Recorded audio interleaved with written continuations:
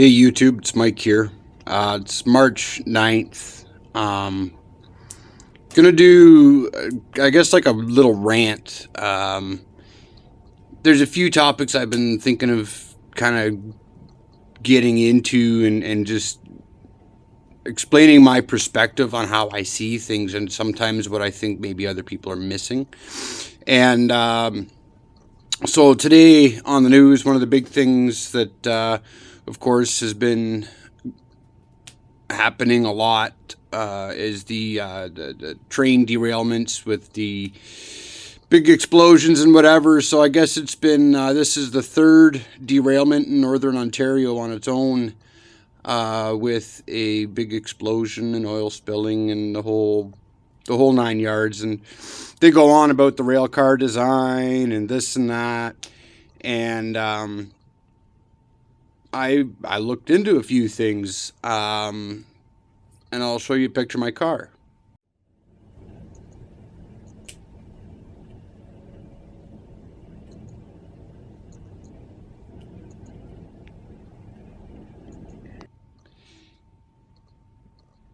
I've been in a train wreck 4 years ago. It was the week before Christmas. It was 2010. Because I actually was just looking around. It was December 25th. I was released from the hospital.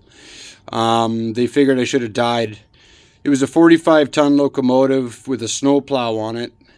I was in a private crossing where there was no signals, and there had been many complaints and conversations back and forth with railroad maintenance about having the curve cleared of the brush that had grown up because it was getting harder and harder to see down the tracks. And basically that's what had happened. Is I had gone down, it was a farm I was working on at the time. I've been across hundreds of times, knew it was dangerous, knew it was hard to see, and sure enough, one day it was snowing, single engine 45-ton snowplow basically wiped me out. I survived it. I got a lot of kind of broken up bits and pieces from it. I'm kind of positive thinking, so I tend to always get up the next day and think I'm going to keep going. But it definitely changed my way of doing things. So yeah, I've looked into it a little bit, and here's what you never hear about is about the track maintenance and why are these cars and trains derailing all the time. And there's a couple of factors I think that in some ways it almost seems strategically overlooked, the way media does things. And so what I keep hearing about is better cars that aren't going to explode when they crash, and yada yada yada. And it's like there's got to be more to the story than that. Why is it that in Canada here, and you'll have to remember I am Canadian, and so I have a bit of I don't know if the American perspective will be quite the same. I don't really know. And I was going to do more research. I just didn't have time today. But the basics of it is we had the Canadian National and the Canadian Pacific Railways, government run and built. And a bunch of years ago, in a kind of quiet way, they were sold off. And so now all of our actual rails are privately owned and managed and maintained. And I think this has a couple of different effects. And I don't know if the American railways were ever the same, but I mean, if you look at it like, say, even a privately owned toll road or something, basically the rules and regulations kind of apply there. And I'm not even sure if they use the regular police on a lot of the toll roads or not. I kind of avoid them. But basically the safety of the vehicles and the limits of the drivers and everything else, I mean, a lot of that is maintained because most roads are government owned and operated and looked after. So I know, like, the libertarians aren't going to like my view on this, but I think in some ways what's been happening, like I know the locomotive that hit me, he was doing 120 kilometers per hour which is 60 plus miles an hour, on a track that was built many, many years ago and has been basically neglected. I mean, they check stuff here and there, but they're not worried about too much. As long as a larger percentage of the trains stay on the track, I guess that's fine. So, in my thinking, the railways could end up being somewhat of a future for a population. And you could look at it from a multitude of perspectives. You could say, well, if oil runs out, our diesel engines aren't going to be able to be fueled. If you're an environmentalist, you just don't like the idea of big diesel engines running all the time, and so on and so forth. So if I had my ideal world, here's what I would do. And again, this is probably not anything that would ever happen, but I think it would definitely, I mean, you could put a lot of money into pipelines trying to make oil flow around the world and everything else, but once the oil's done flowing, if, say, peak oil happened, or just like with the prices going down, maybe the production just ends up failing because they can't afford to do it. I mean, I don't know what the prices are going to do. A lot of the peak oil guys talk about the bumpy plateau, or however they say that, where oil prices are going to up and down and do these big shock waves, and that's how you'll know that we're pretty well at the peak. And I don't know whether that stands up or not. The point of what I'm trying to get at is that's not what I'm even looking at necessarily. But when you build a pipeline, you can only travel down that pipeline with liquids. If we were to take all the main lines and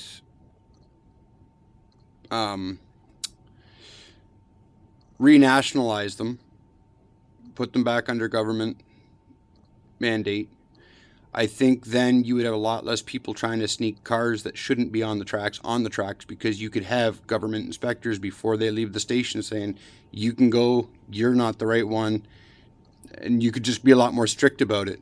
The other thing, because private companies are probably never going to do it in the same timely manner, but I think if it was done with the right attitude, I have this idea of kind of electrifying a lot of the railway lines, and with some of the technology we have now, I mean, if you take the old technology of a railroad and the new technology of GPS and internet and all those things that you can do, and you ran electric trains on the tracks and you could track them, and you could even have you could just have a lot more streamlined system. And if you could do all that, one of the things I think you would either end up updating the tracks so that the speed of the trains could be actually put at, say, 120 kilometers an hour without killing people and blowing stuff up. Or the other thing you could do is just say, well, here's your limits, and you could slow them down, and you could maybe save some money on redoing the tracks. But I have this part of my thought, I mean, like I say, if you are talking peak oil, or you want to be an environmentalist, or maybe in the long run it would just end up being cheaper anyway. But if you were to electrify as much of the track as possible, use those right-of-ways to throw up some windmills or solar panels or whatever to try to offset some of the power drainages. Keep your diesel engines for going up hills. You could shut them off a lot of the other time or idle them right down. I mean, the engines, they don't care how heavy they are. You could battery bank the living heck out of them. So they could be a kind of a charge up booster for hills or something, and you could use the recharge braking systems. And I mean, this is all technology we have, and I think the part of the discussion we keep missing with the railways, and it's I think the pipeline builders are really helping push the tanker car accidents, because every time somebody sees something with a tanker car and they're not using the right ones and the right ones are still blowing up and blah, blah, blah, they never talk about the fact that the track is not a public property anymore. It's a private thing. They're doing their darndest to not spend a dime. I mean, we fought even after my accident. I think it was at least 6 months, if I remember right, before they even spent 4 hours in there with a bulldozer just knocking over some brush. And that I mean, if that was somebody from my government, local or whatever, I mean, I would know where to go to scream and yell at somebody.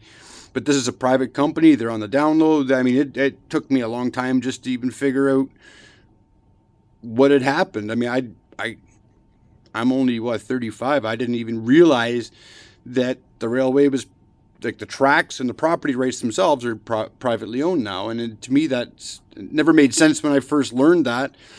And looking through how things are going, it makes less sense now. I mean, if you had a good rail system, I think you could definitely, you could come up with some pretty major advantages. And like I say, with GPS tracking and all that stuff, you could run a lot more traffic on them if you needed to. You could be linking up LRT, and instead of having people get off cars to go on the long range passenger trains, you could maybe just use the light rail car and just swap the train out real quick. Because if you had it electronically decided ahead of time, it would just be a matter of go, couple, and off to the races. I'm not a big conspiracy theorist normally, but it does make me wonder why they're really pushing the rail car. Every accident is about the rail car. It's never about, why is there a train parked somewhere with the brakes not working, say in Quebec, or why are trains just randomly falling off the tracks? It doesn't, it's not computing to me. There's more to the story than, the tanker blew up and that's the problem. That's not the problem. The problem is the train's not on the tracks anymore. And we have a private ownership of those tracks that's basically still in cahoots with the government and the lawmakers and the Ministry of Transportation and all those people. And so they're not enforcing things because they're lobbying. They're being paid off. It's like somebody has a train accident, oil tankers blow up. The Ministry of Transportation and the rail track and the car and oil companies, they're all going out to dinner to discuss maybe what they should do about it. How are we gonna let this one out to the media or whatever? And I don't know. I'm not saying it's a big conspiracy. I know how private ownership and government, when they get together like that, how they work and how they kind of push the boundaries of what's legal and what's right and all that. And I mean, they're not answerable. And these rail tracks are going all over North America and South America. I don't know how far they even go, but I mean, I know there's clear across Canada. We got lots of railway, and nobody's really responsible. There's a guy that collects some money, and I'm sure he pays to have a few things replaced and fixed up here and there. But if it was a government agency and there was an elected official in charge of making sure these things are happening, then I got someone I can go after, and I got a way that I can ding him. But I mean, I had put in newspaper articles, which if I can find them again, I should put links to them. But the one article I had the guy that was writing up the story say right in the article, like, I'm looking for a lawyer, somebody, I want to sue these people, I want to figure something out, something's got to be done because, like here in Ontario, if you are in an accident with a train and you're in a car like I was, then automatically, being the person in the car and the train having the right of way, the person in the car gets charged, like hitting a pedestrian. And the police came out, and they actually had driven across the tracks, and they scared themselves doing it because they didn't know exactly how bad it was going to be. And they said, there's no way we can charge you. There's no possible way. We've investigated this. The lines of sight weren't there. There was no possible way in the snow, looking at a plow, he's doing 120. There was no chance. The timing was perfect. He hit me in the front of the front driver's side wheel. And I had gone back actually afterwards with the same car but different color, and pulled up to where I could see. And this is before they had done the bulldozing work. And sure enough, I quick looked out. I kind of opened my door and looked out. And my bumper was already over the first rail. So if a plow came along again, I'd have been dead. That was on a nice bright sunny day. But I guess the moral of the story is, I mean, there's the pushing pipelines might make some sense. But the thing that I look at from a practical point of view is their future is limited. I mean, what are you going to do? Send water from Alberta down to the States? I don't know, like that Keystone one or whatever. I actually think that what we should be doing is using this oil spike running on the rails to improve our rail, and we could be doing a lot more cargo shipping. We could be taking trucks off the road if you want to be an environmentalist or whatever. We could be putting short runs in off here and there to make sure every big factory and stuff has access to trains.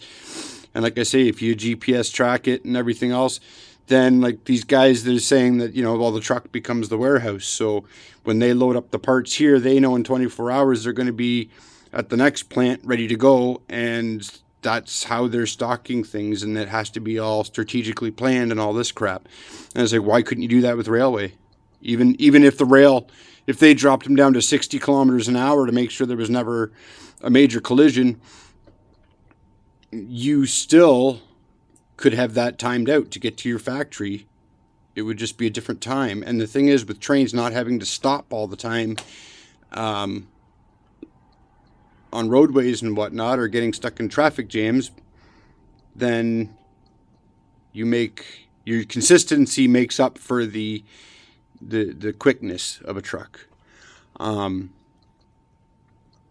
there'd be a lot of benefits, and I'm not saying I'm completely right. I'm sure lots of the libertarian type would say that no, get the government out, whatever. But being Canadian, I'm maybe just a little more open to that, or I just see it as there are places where I do believe the government is important to have, and that's roads, railways, healthcare, those types of things, where you need a good base minimum accountable people, where if they screw it up, they're gone.